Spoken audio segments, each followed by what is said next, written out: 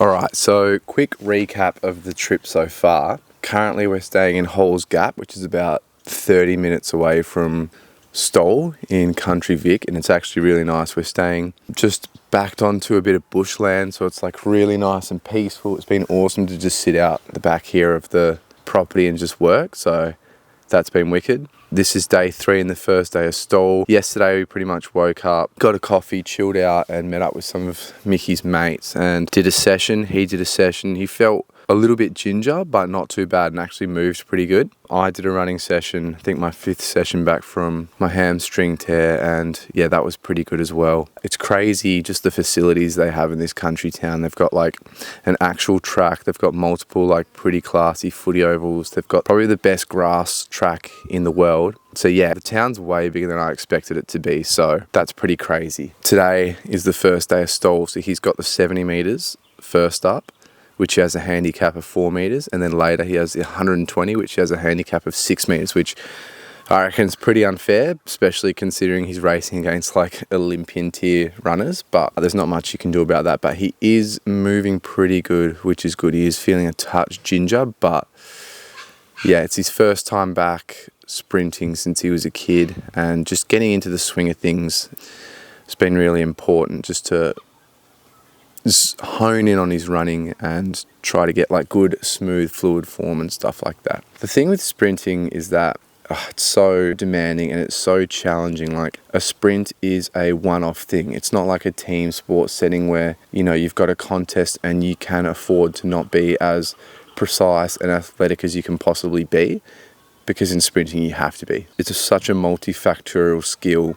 You have to have a good setup, like so some good pre-tension. You gotta be really good off the blocks, nice and explosive and powerful. You have to hit flight really well, and then you have to keep rhythm and like enough relaxation when you're in full flight to continue at your full speed. So yeah, it's such a tough skill to master and execute correctly.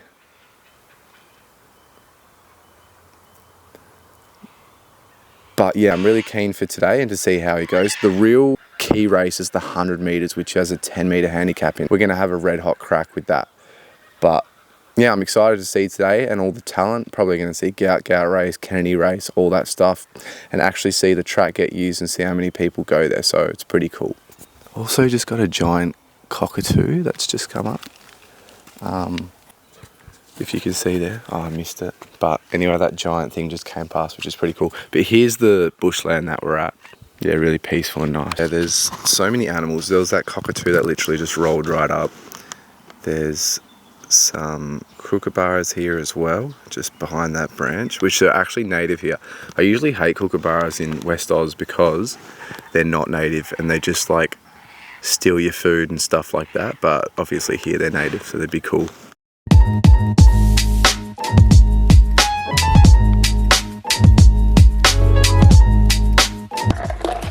Alright, long story short, I'm here at Stawell in Country Victoria.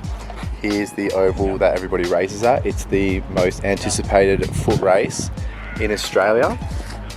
The town's way bigger than I expected, and basically here, because my client is running in the 100 and the 120 metre. It's going to be pretty awesome. There's a few potential Olympians coming, such as Gout and Kennedy, and yeah, keen for it. The pitch is really good. Everybody was telling me that it's going to look like the MCG. There's literally like 14 lads out there going to work on the pitch, and I'm having a look at it now, and yeah, it's actually really, really good. So yeah, I'm keen and can't wait. Well, that is really, really good. Like, that is some quality work right there. You'd be rapt if you were the footy team playing on this next week. Alright, so we've just rocked up to the pre-race day kind of run. We're just going to tick the legs over for him, moving kind of smooth and feeling nice and smooth and natural. We're not trying to chase any pace or anything like that. Just try to get technique on form. But we're basically here at Stawell's racing track, which isn't even that main one because the main one's the grass one. And I think Perth, where we live in Western Australia, just doesn't actually have enough of this stuff. We have a running track, or maybe 2 running tracks, and you can only race there if you book it or you're actually racing an event. And with this whole new movement of sprinting, you know, Australian sprinting's in the best position it's ever been in before, with Gout, Kennedy, all that stuff. I feel like it's a call that Perth needs more running tracks, because with this increase in sprinting, a lot more people are going to want to sprint and do track and field. I think we need more tracks like that in Perth, just like Melbourne does. But anyway, we're gonna go tick the legs over. I'm gonna do my rehab running. I think it's my 5th run back from hamstring tear, and yeah, hopefully it all goes well. It's pretty hot, it's like 28 degrees right now, so just gonna try and knock it on the head pretty quick.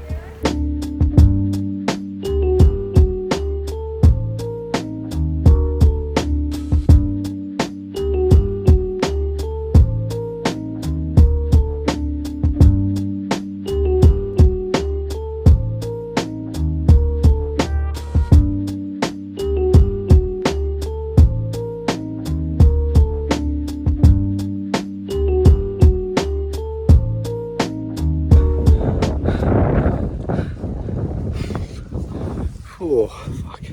Yeah, it's completely unrelated, but I was in Melbourne City and I got this. As soon as I saw it and laid my eyes on it, I thought, fuck. It doesn't look as good as it was when I bought it, but it's focaccia with garlic and feta, so it should be really, really good. I can't wait to eat it. So this was Good Friday, and although I'm not religious, my grandfather didn't like eating meat on Good Friday or any Friday, so I just ate the seafood special here. Bit of glamorous squid, and I stole some of their pasta from their leftover bolognese and just chucked it on there. Alright, so I'm here at Stawell, and it's actually really cool, just the venue. It's just started, so there's not as many people here, but I've seen a couple of races already and really understand the handicap now and how it works. And honestly, a good handicap means everything. I just remember the first time Micky came to me for training and explained the actual dynamics of this event, including the handicaps, and I honestly couldn't understand it. It took me like a good week or 2 of us training together and him thoroughly explaining it to me for me to actually understand how it works. But the handicap system is actually really, really good. Like, there's such a range of different styles and like types of athletes racing against each other in the same race, and anyone can win, and that's the beauty of it. So yeah, I really like the dynamics of it, and I'm really keen for the rest of the day and to see how it all goes. His first race is 12 o'clock, the 70 metres. Second race is 2, which is the 120, which is the big one. And next was Oscar Kirby, but in the home straight, and it's Will Hayes with a nice break over Matilda Fraser. Alright, so Jay Spence, good friend of mine, would absolutely love this traditional horse betting table here. You've got the bookies standing right there, and you've obviously got all the bets. So you've got these bookies going to absolute work here, taking the cash. And if we're looking over here, we're going. If he wins, you guys play up. Right here. Micky Hall paying a very, very healthy $71. So pretty happy with that. I'll take it. I'll put some betting on that. It's 3 of the women's gift. Down the bottom, 5 to 1. Alright, so this is where everybody warms up. Here we have Micky just going through some run-throughs. Almost definitely listening to some Fetty Wap, but he's looking pretty good, pretty sharp, which is good.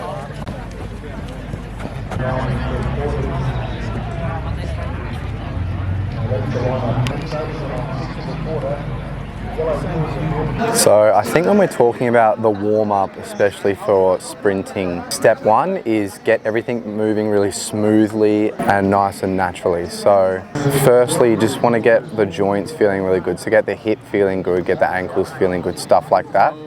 Then start to run through more of those like traditional sprinting style run-throughs, such as like A skips, B skips and stuff like that, and try to make them really smooth. Usually a good rule of thumb is if it looks good, it probably is good. So it would probably feel really natural, really smooth. Once everything starts to feel really natural and smooth, start to then pick up like a bit of speed, a bit of power. Then you can start to implement some like plyometrics to try to just get the CNS fired up, you know, like some stiff-legged pogos, get that ankle stiffness going, and maybe even some max jumps are good as well, because like you're just firing up that CNS and getting yourself prepared for that takeoff.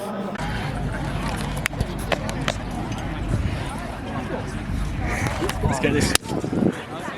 Are you gonna do a couple blocks? Yeah, sweet.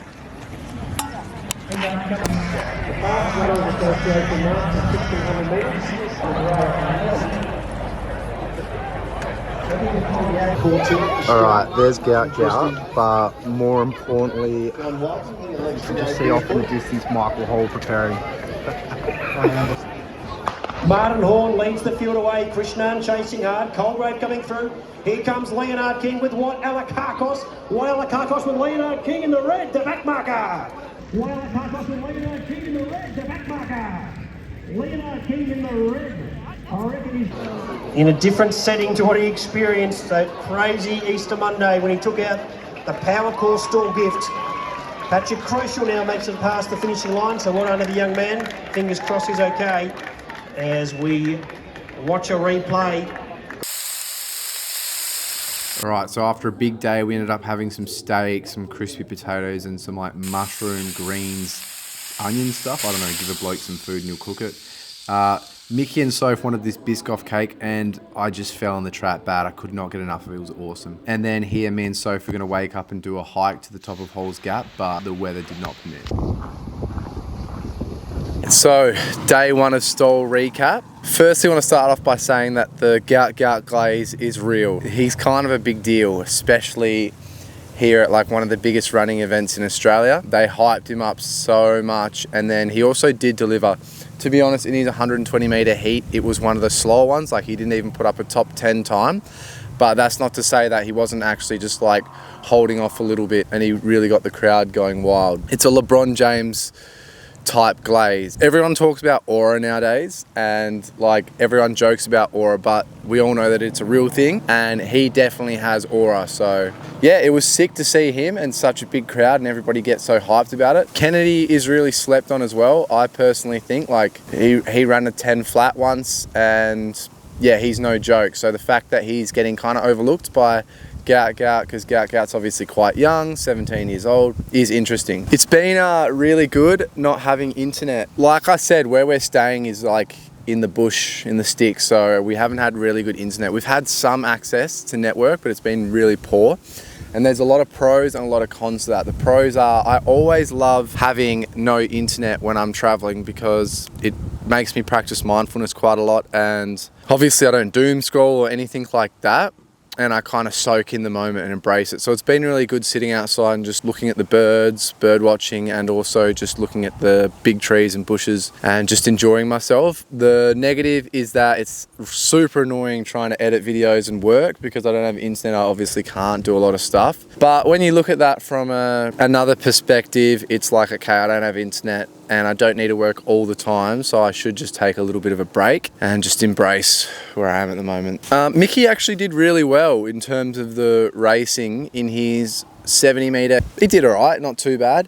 In his 120, that was a tough one, but considering all things, you know, that 120 heat he was in was one of the fastest of all the heats, so that was really impressive. I also forgot to mention, I got to take it back to the very start. I forgot to mention that Micky actually was just a photographer. So he was a photographer for the Stawell event last year, and then he thought, you know what, screw it, I'm just going to compete in the event next year. So he's gone in a year off the couch to literally competing at a national level event with the likes of Gout and Kennedy and stuff like that competing at the same event. Like, it's a pretty huge effort. Even if he doesn't win, the fact that he's gone off the couch and gone like, you know what, I'm going to commit, and then in a year's time is literally competing at this event, is, you got to take your hat off to that. It's not always about winning. It's literally about, as cliche as it is, just being the best version of yourself and being better than you were before. And like, that's what he's doing, and it takes a whole lot of confidence and hard work to actually do what he's done, and he's done it, so that's pretty sick.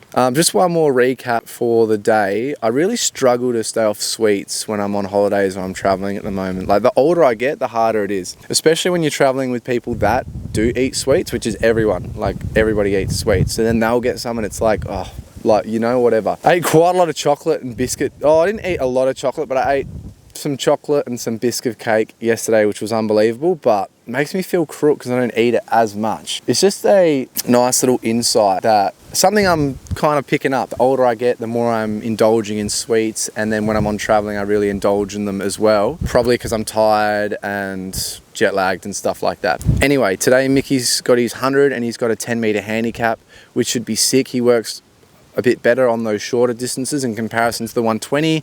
So we just dropped him off there, and I'm going to quickly do a session here at the track. Love a track. I'll always knock one out at the track if I can. This will be my 6th or 7th post hamstring injury, so really keen to knock it out.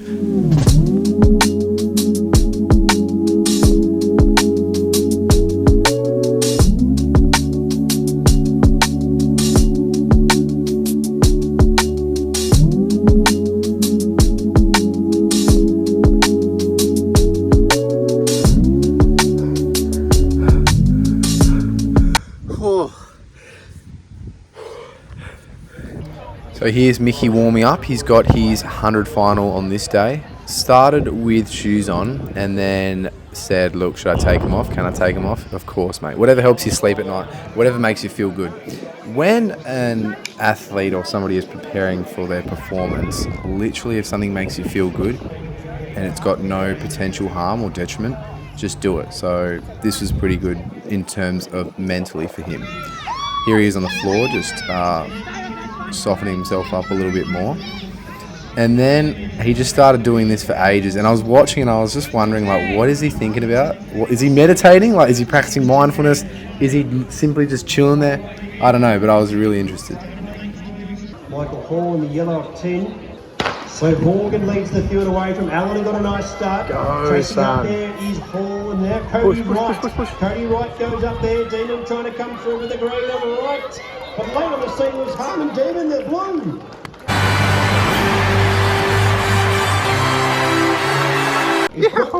Micky just ran his 100 metres and his handicap was 10. He ended up coming 4th, like scraped in 4th, which was really good. A couple of the fastest dudes that came 1st and 2nd were super quick.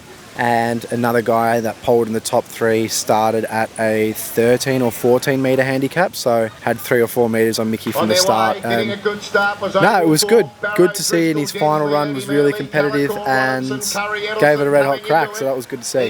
It's windy AF now. Apparently Stawell usually has quite considerably bad weather. Last year it flooded. It hasn't rained properly yet, but it is super windy and overcast at the moment. I think tomorrow, the main day, final day, potentially is going to be rainy, so that'll actually be interesting to see, but hopefully it holds off. It's getting real cold. The only reason I'm wearing a singlet is because I want to have a shower, but there's no showers accessible here, so I'm just raw dogging it, and I stink, and I got to go to the pub to visit a mate soon, so yep, just gonna have to raw dog it. So one thing I really like to observe is basically the strategies athletes revert to while running, especially with like kind of that middle distance running, more so than sprinting, because with the middle distance running, fatigue starts to really kick in, and then you get tired legs, tired bodies, mentally tired, and then you start to see form drop a little bit, or if not drop, maybe them get into a arguably worse form, however a more efficient form in terms of helping them actually move and continue at that speed. Personally speaking, I have like quite a big anterior pelvic tilt when I get really tired and I'm running, and I get a tight back, and I noticed a lot of like the 1600 meter runners towards that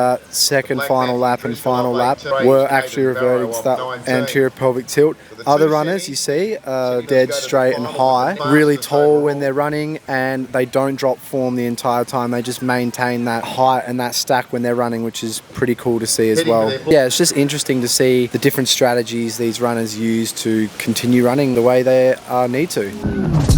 Away racing, James got a good start, leads from Johnson coming through, Palmer, Cassiano, now Glove.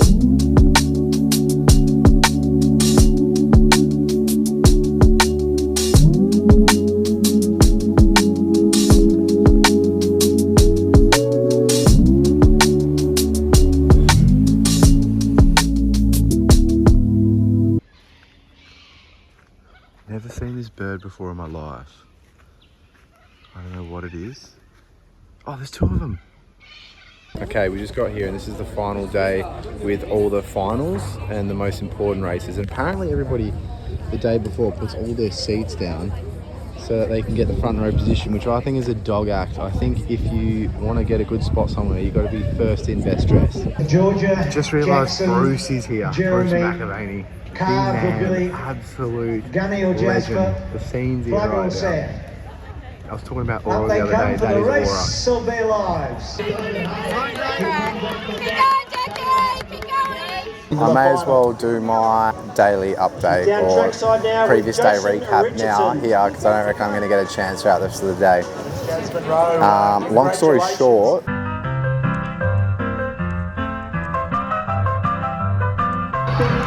so here's where the main day races kind of started on the final day. You have Lachlan Kennedy here running his semi-final, which he didn't make it through to the final. I found that strange, but that's before I really fully understood the handicaps again and how hard it is being a back marker. And then it went from great weather to pissing down. Started pissing down just before the end of the... We are. Luckily the people behind us have just given us a little bit of umbrella space, which is awesome. Here's Mick in the rain with the camera just before Gout semi. So Evans, he leads the field away from Hoffman, who got away well. Jesse Cordona chasing hard, back to Hayden, and in front by Jeremy. Here comes Gout. He also didn't make it through like Kennedy. This was probably the loudest the event was except for the final. But like I said, back markers, it's almost impossible for them to win. There he is, doing God's work right there. In the pouring rain, repping the SJ's community, traditional tea.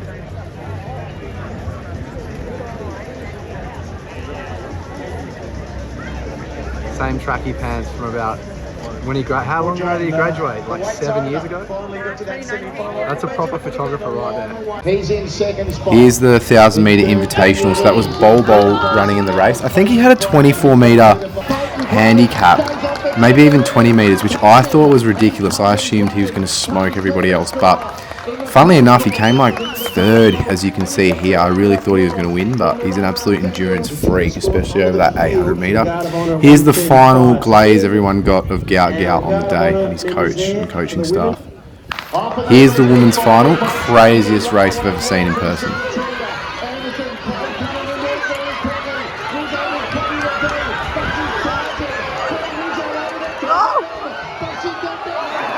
The fact that Brie Lizzo won that off a back marker, I thought there was no chance there, but she killed it. That was a crazy good run. Here's a view of the crowd, which was pretty intense towards the end of the final, which you're going to see here. There was heaps of people. You could literally hear a pin drop.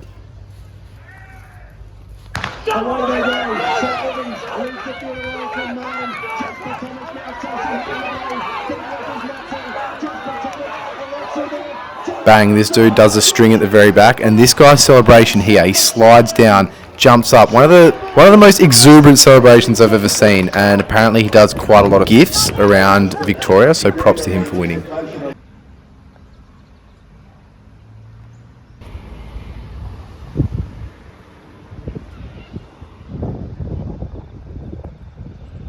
Alright, so we're here in Halls Gap, just after Stawell Gift has just finished. Ducks, kangaroos. It was pretty good. It was a good experience, especially the 120 meters. Those heats and the final were like hectic. The energy and vibe was really high. Yeah, I got no complaints. It was a really good event and might be back next year. Depends what Micky does, but I might be back next year. I might even have a crack myself at something. It'd have to be like a long distance or middle distance because that's what I'm better at. Sadly, I'd much rather sprint, but I'm not very fast, but it'll be interesting to see. So yeah, it was cool.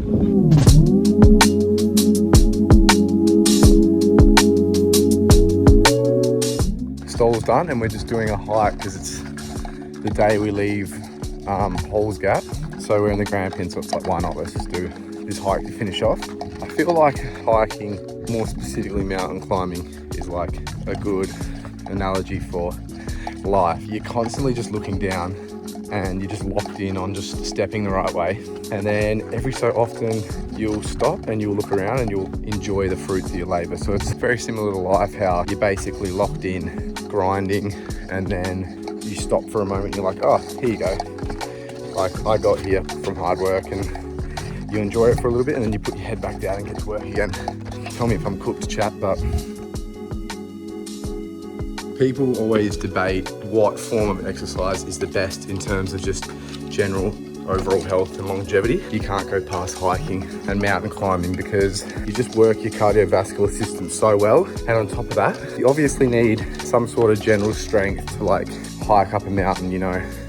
You're basically always doing some form of a step up, like a quarter step up, or like even a full range of motion step up. The only problem is not getting any upper body strength. Besides that, it is the best form of exercise for longevity.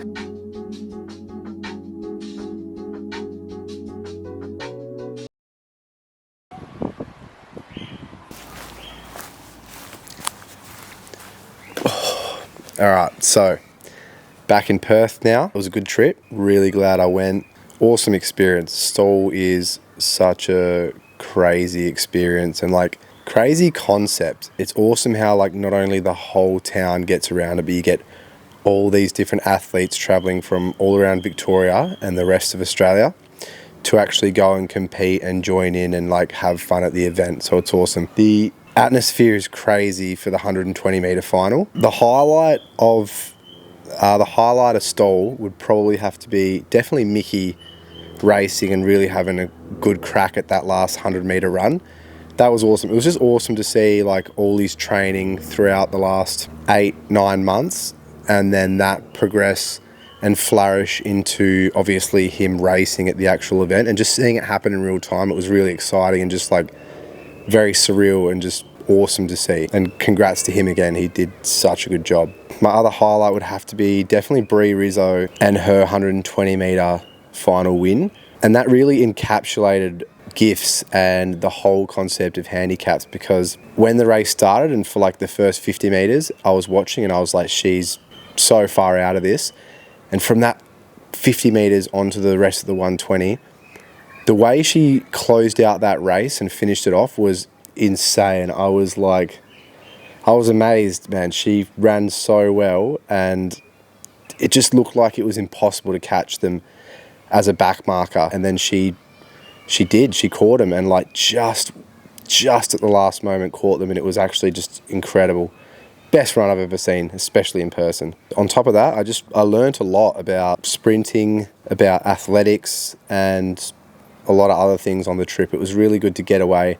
Didn't realise Victoria was so nice, to be honest. Bit of a Western Australian nature snob here, but Victoria is really nice, especially in that country Vic, the Grampians. And in Halls Gap is really nice. One of my highlights of the trip, honestly, was just sitting out the back and enjoying the nature and just sitting in the bush. But yeah, it was awesome. There's the first vlog. It's going to be shit. It's probably going to be really scrappy, but you got to start somewhere. I hope you liked it. Thanks for watching. And yeah, of course, if you want to subscribe to SJ's, we're going to have a podcast coming out once a week. We're going to have hopefully regular vlogs, even though this is taking more than like 20 plus hours to actually finalize. And on top of that, I'm going to release more smaller yarns and YouTube videos too for you to enjoy. So yeah, thanks.